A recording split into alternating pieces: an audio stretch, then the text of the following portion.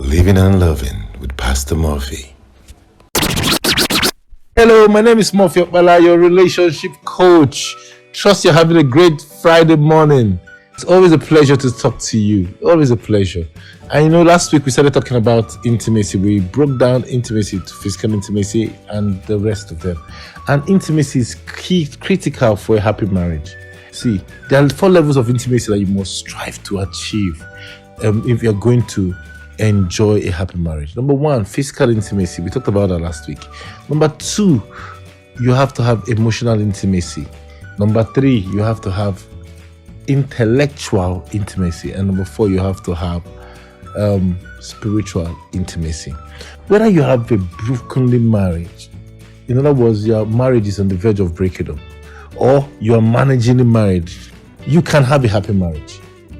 No matter the state of your marriage, you can have a happy marriage. But the key is to build intimacy. And if you build intimacy very well, what it leads to is true friendship. Many married couples are not friends. But if you want a happy marriage, you have to be friends with your spouse. How do we do this? If you are in the verge of breaking up in your marriage, or you are just living in your marriage, managing the marriage, you can have a happy marriage. And know this, God wants you to have a happy marriage. God says it in the book of Psalm 113, that he makes his married woman a happy mother of children. And a happy married woman will only be a result of a happy married man. The first thing that you need to do is to decide and acknowledge that you want a happy marriage. So decide that you want a happy marriage, and decide that you want to have a happy marriage with your spouse. So that's the first step to restoring your marriage. Decide that you want to have a happy marriage. And you have to know this, a happy marriage is not something that falls on your laps. You have to fight for it. You have to fight for it. So if you're married or brokenly married, it takes fighting to get a happy marriage. And it takes fighting for friendship, intimacy, to get a happy marriage. So number 2, you have to remember why you married this person. Most people marry people because they tend to love her. I'm not saying everybody, but most people, and you most likely, married your spouse because you felt you loved that person. Why did you feel you loved that person? Why do you feel you could live with that person?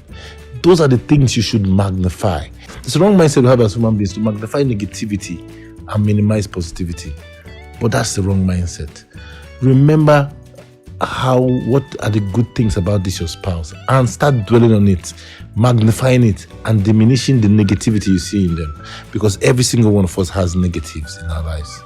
And thirdly and finally, work at it. Work at building friendship. Working at building friendship can involve you sacrificing some of your leisures. So maybe you want to hang out with friends, you sacrifice it to hang out with your spouse. Maybe your spouse is making some trouble, you forget it and try to make amends with your spouse. It takes forgiveness, working it out, forgiving no faults. It takes you sacrificing to have that friendship with your spouse, because in doing these things, you would not get results instantly, but in the long run, you will see that you would have won your spouse.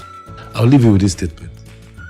When you have a happy marriage, you have added much value to your spouse and to yourself. You want a happy marriage? Fight for it. I hope this helped you. God bless you. Thanks for tuning in to Living and Loving with Pastor Murphy. If you need further information or counseling, call 0703 009 9275.